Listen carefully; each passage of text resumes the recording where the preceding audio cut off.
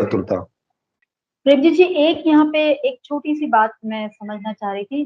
प्रेम मतलब खुल्लम खुल्ला जैसे आप कहते हैं नहीं कर सकते, तो क्या ये ऐसा है कि प्रेम मतलब जैसे पार्क्स में बच्चे बैठते हैं, कॉलेज गोइंग स्टूडेंट्स वैसे भी बैठते हैं, हर एज ग्रुप के लोग मिलते हैं, एक दूसरे को आलिंगन करते हैं, एक दूसरे का हाथ पकड़ते हैं, ठीक है, कुछ मोमेंट्स पर्सनल मोमेंट्स होते हैं, वो पब्लिकली पार्क में बैठे हैं, और तो वहाँ ऑब्जेक्शन होता है। जैसे वैलेंटाइन डे आता है तो जी। खासकर कुछ ग्रुप्स हैं जो एक्टिव हो जाते हैं कि किसी भी कपल को देख लिया तो मार के भगाएंगे या कुछ ऐसे।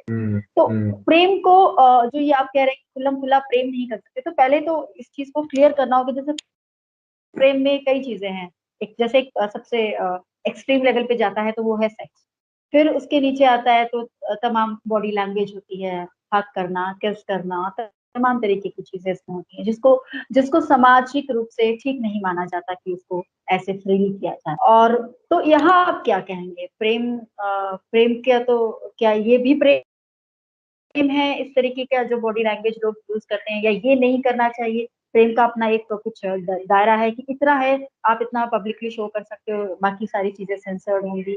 इसको थोड़ा मैं और डिटेल में जानना चाह रही नहीं, प्रेम का मतलब सेक्स हो, ये कोई नहीं है, वो तो एक्टिविटी है सेक्स। तो प्रेम जो भाव है उसको हम समझेंगे, वो तो कई उसमें उठ सकता है ना। जब वो जरूरी नहीं है कि प्रेमिका के साथ ही जो आपका संबंध होगा वही उसी में प्रेम पैदा होगा। तो पुत्र के साथ में, पुत्री के साथ में, मित्र के साथ में, कहीं भी। तो प्रेम जो है वो किन्हीं संबंधों में पैदा होता है, किन्हीं दो या दो से अधिक जो लाइव लोग हैं या दूसरे जीव हैं उनमें ये प्रेम संबंध पैदा होता है। अब ये कैसे होता है, इसी बात को हम लोग समझें कि अंदर क्या अनुभूति होती है जिसको प्रेम कहा जाता है, और जो अभी क्लियर नहीं होती है, अभी मिक्स होती है, और वो मिक्स होने की क्या वजह है। तो इससे हमें समझ में आएगा।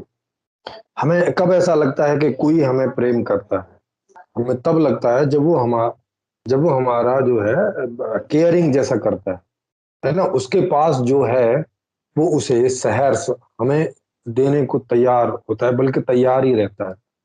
हम हमें थी। ऐसा लगता है कि बस हमने इधर से जस्ट संकेत किया, इच्छा की, उसको पता चला कि ये हमें चाहिए, और वो देने के लिए तैयार ही है। और वो और सक्षम वो, है देने में। हाँ हाँ, सक्षम हो या नहीं हो वो तो फिर प्रक्रिया में चला जाएगा, मगर उसको देख के ऐसा लगता है कि उसके उसके पास जो भी है, हम जब भी कभी उसकी इच्छा करते हैं, मांगते हैं, तो वो सहर्ष ही दे देता है। वो नहीं बोलता कि इसके बदले कुछ आप मुझे दीजिए, या आप मुझे देंगे क्या, या ऐसा कुछ नहीं करता, बस वो दे देता है।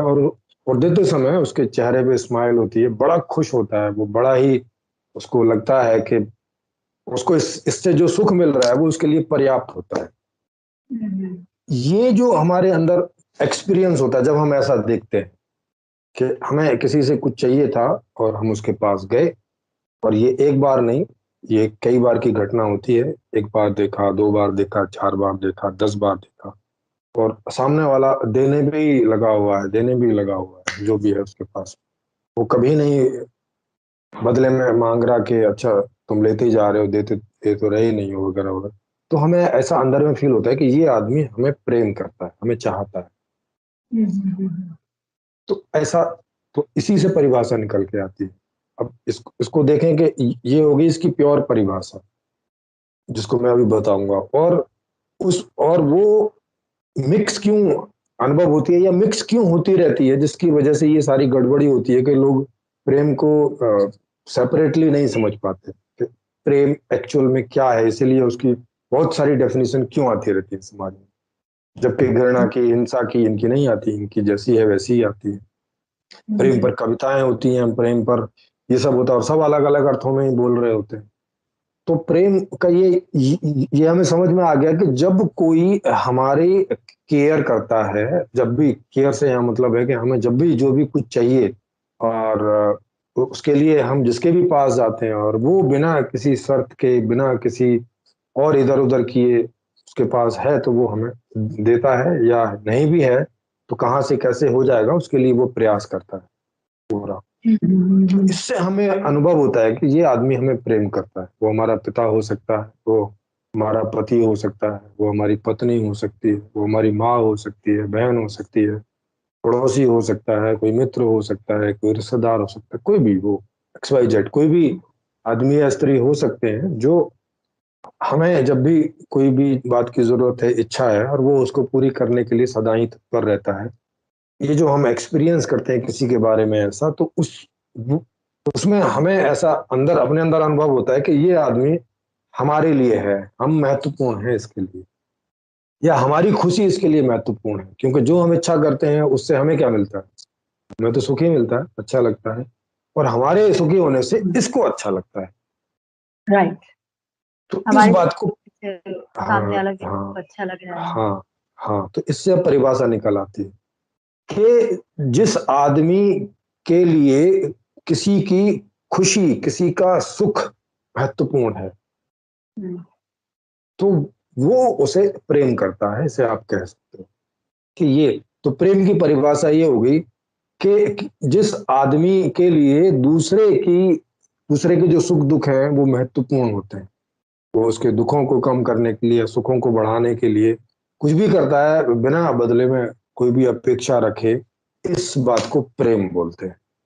इस घटना इस घटना से सामने वाले के अंदर जिसको दिया जा रहा है उसके अंदर जो भाव पैदा होता है वो प्रेम होता है, क्योंकि ये वहां पैदा हो रहा है, देने वाले के अंदर नहीं हो रहा है, वो वहां पैदा हो रहा है, उसके लिए ये परिभाषा है। इसीलिए कहते हैं कि वो आदमी तुम्हें प्रेम कर रहा है।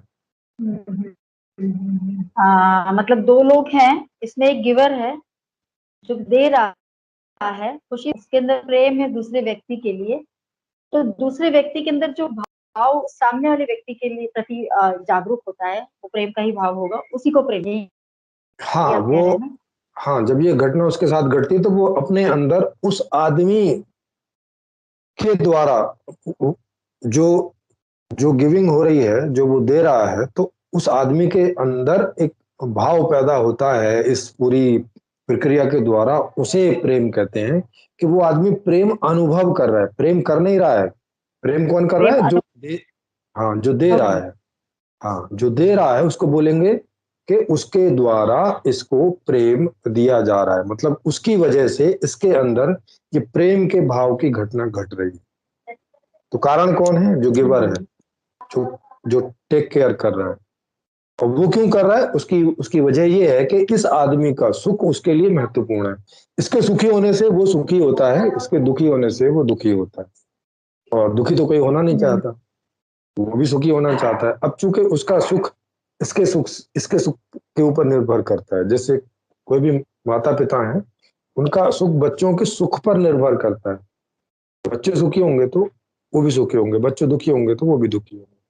तो अब माता पिता बच्चों के लिए जो करते हैं, इससे बच्चों के अंदर प्रेम का भाव पैदा होता है, क्योंकि उन्हें जब भी कुछ चाहिए माँ से या पिता से आके मांगते हैं और वहां से मिलता है, तो उन्हें ये अनुभव होता है कि मेरी माँ मुझे प्रेम करती है, मेरे पापा मुझे प्रेम करते हैं, या मेरे बाबा, जो भी कोई उनकी टेक केयर करता है उस तरह से, तो उन्हें ये अनुभव होता है अपने अंदर। समझ रहे हैं? ये तो होगी प्रेम की शुद्ध परिभाषा, जो हमें कब अनुभव आती है? जब हम छोटे होते हैं, जब बहुत समझने की स्थिति में नहीं होते, क्योंकि तभी ये ज्यादातर होता है। तो तभी ये ज्यादातर होता है हमारे जीवन में शुद्ध रूप में, मतलब वो भी बहुत ज्यादा नहीं, क्योंकि बच्चों को भी वो जो भी कुछ मांगते सब कुछ नहीं मिल जाता, क्योंकि माता पिता उस लायक नहीं होते। जैसे 90% से ज्यादा जो माता पिता हैं वो गरीब हैं, अपने बच्चों की सारी इच्छाएं पूरी नहीं कर सकते। अब बच्चों को ये तो समझ में नहीं आता है कि ये किस कारण नहीं पूरी कर पा रहे हैं, बस उन्हें इतना ही समझ में आता है कि कुछ पूरी कर रहे हैं, कुछ पूरी नहीं कर रहे हैं। तो अब ये भ्रम की स्थिति, ये जो मिक्सिंग टाइप होती है अंदर, जब पूरी होती है तो महसूस होता है कि प्रेम है, और जब नहीं पूरी करते हैं तो लगता है अरे यार ये क्या हुआ, धक्का लगा उस भाव को जो बना था उसके पहले वाली घटना से। तो ये तो ये दोनों चीज मिक्स हो जाती है, तो वो कभी प्रेम इतने गहरे उतर ही नहीं पाता कि प्रेम के बाद प्रेम, प्रेम के बाद प्रेम, प्रेम के बाद प्रेम, प्रेम के बाद प्रेम, ऐसा प्रेम का सैलाब जैसा आता ही नहीं। क्योंकि उसके बीच बीच में तो अभाव अभाव आ जाता है। तो अब उतने जोरों से वो प्रेम अनुभव कर नहीं पाता, या कभी कभी अनुभव कर पाता, ज्यादातर नहीं कर पाता। तो वो बात कंफर्म नहीं होती। जब कोई उसको बोलता है कि तुम्हें कोई प्रेम करता है, तो उसे जैसे वो बड़ा होता है और चीजें समझने लगता है, तो फिर उसको ये बात पता चलती है कि कोई शुद्ध प्रेम नहीं करता। जब भी कोई हमारी कोई इच्छा पूरी करता है, तो जरूर वो उसका कोई गणित है हमसे फ्यूचर में, तो वो हमसे बदले में कुछ चाहता है। अब बदले में कुछ चाहता है, तो अब ये तो प्रेम रहा नहीं।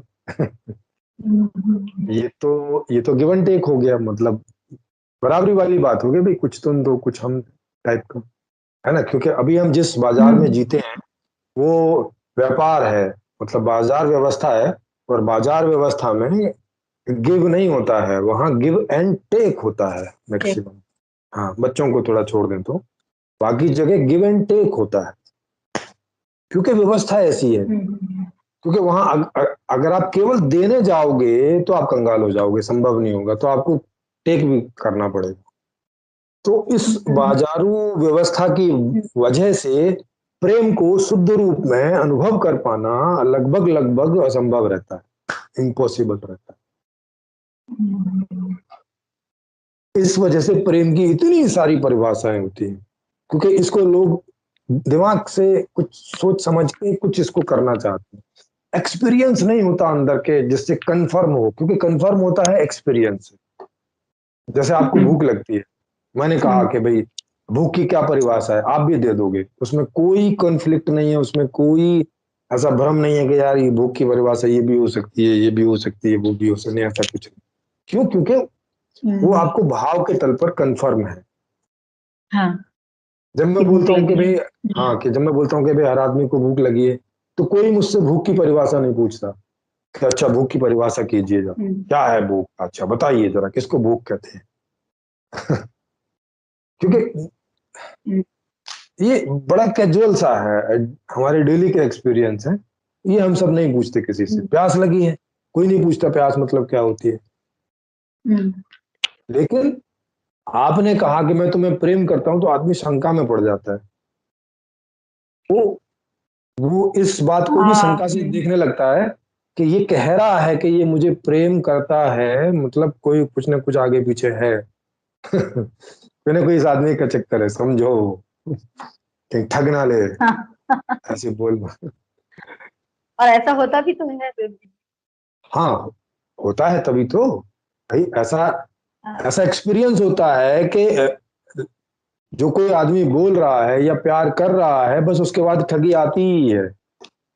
क्योंकि वो प्रेम कर ही इसलिए रहा था कि सामने वाले को थोड़ा विश्वास में ले ले, ताकि उसके साथ ठगी कर सके।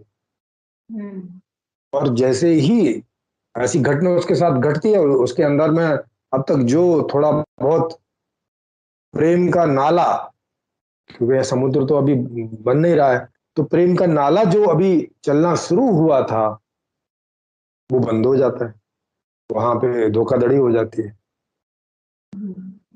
अगर ये चलता रहता तो वो नाला नदी बनता, नदी समुद्र बनती, बात आगे बढ़ती, लेकिन नहीं बढ़ती। वो नाला जैसे ही शुरू होता है और वो बंद हो जाता है। तो फिर ये हमारे अंदर कंफर्म नहीं होता। जब भी कोई बोलता है कि प्रेम होता है, तो बात ये होती है यार क्या बात कर, प्रेम होता है या 420 होती है। क्योंकि उसका अंत 420 में जाके उसका अंत 420 में जाके समाप्त हो रहा है। तो अब बार बार कोई, हमारे साथ कई बार ऐसी घटना घट गई कि किसी ने हमें प्रेम किया और बाद में धोखा दिया, प्रेम किया और धोखा दिया, प्रेम किया और धोखा दिया। तो ऐसे लगने लगता है कि जो प्रेम किया था वो भी प्रेम था क्या, या वो धोखे का साधन मात्र था, कि धोखे को कर सके उसके लिए एक भूमिका बनाई जा रही थी, उसके लिए जमीन जोती बोई जा रही थी कि ताकि धोखे से प्राप्त कर सकूं। तो इसलिए इसमें आदमी शंकालु हो जाता है। और फिर जब भी प्रेम की बात उठती है, वो पूछता है कि यार थोड़ा समझा दो भाई, आपके प्रेम का मतलब क्या है। हाँ, क्लियर होना चाहता है, क्लियर होना चाहता है हाँ, कि क्लियर क्या होना प्रेम। चाहता है, यार थोड़ा बता दो ये क्या है, ये कोई चीज एग्जिस्ट भी करती है क्या, या ऐसे ही नाम है बस। जैसे घृणा के बारे में, इनके बारे में नहीं बोलता हुआ ऐसा, ये ये ऐसे ही है, ये कोई एग्जिस्ट करती है क्या, क्योंकि ऐसा उसने कभी नहीं देखा कि कोई आदमी घृणा कर रहा है और घृणा करते करते जो है उसका परिणाम प्रेम में जाके समाप्त हुआ। घृणा है तो घृणा ही चलती रहती है। हाँ, तो वो क्लियर है, वो लगातार है, उसमें नहीं कोई अंतर आ रहा है। लेकिन प्रेम वाली चीज लगातार नहीं हो रही है, वो घृणा में जाके समाप्त हो जा रही है, या शत्रुता में जाके शत्रुता के रूप में जाके गिर जा रही है, और फिर वो कंटिन्यू हो रहा है, वो नहीं रुक रहा है, वो समुद्र बनता जा रहा है। तो प्रेम का नाला जो शुरू हुआ था वो शत्रुता के समुद्र में जाके गिरता है। तो आदमी कंफ्यूज हो जाता है, भाई ये क्या है, प्रेम है भी या ऐसी छलावा है, बस ऐसी थोड़े समय का जो हम समझ रहे हैं, क्या वो एग्जिस्ट करता भी है, या जस्ट वो शत्रुता के का पहला फ्रेम है, बस शुरुआत है। इसीलिए ओशो ओशो वगैरह और भी जितने साधु हैं वो सब क्या कहते हैं, प्रेम बस परमात्मा से करो, बाकी से करोगे तो धोखा खाओगे। बोलते हैं ये लोग कि संसार से प्रेम ना करो, वो प्रेम करने लायक नहीं। अब परमात्मा से, अब चूंकि परमात्मा का तो कोई एग्जिस्टेंस सामने है नहीं किसी के प्रूफ, वो तो एक मानसिक कल्पना है, क्योंकि वो तो धोखा देने आता नहीं है, क्योंकि होगा तो तब तो कोई कुछ करने आएगा।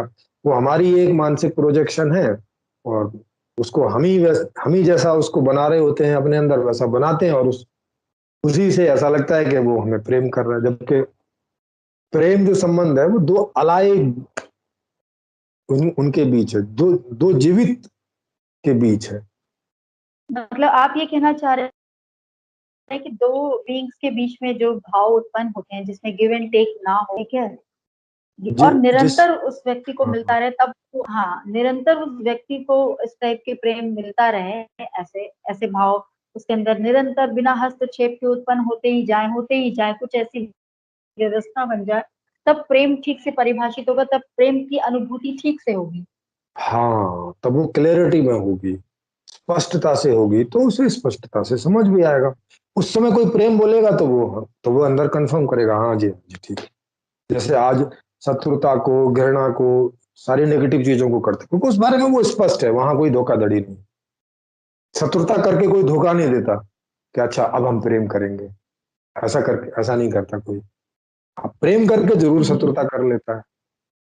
तो हाँ। फिर तो फिर इसी बात से पता चलता है कि पहले भी प्रेम नहीं था, क्योंकि जो आपको प्रेम करता वो शत्रुता में कैसे कन्वर्ट हो सकता है, हाउ पॉसिबल, कैसे हो सकता है, आप बताइए, कैसे संभव है। अगर मेरा सुख आपके लिए महत्वपूर्ण है, तो ऐसा क्या हो सकता है कि मेरा सुख आपके लिए महत्वपूर्ण ना रहे थोड़े से समय में, ऐसा कैसे संभव। हम्म। क्योंकि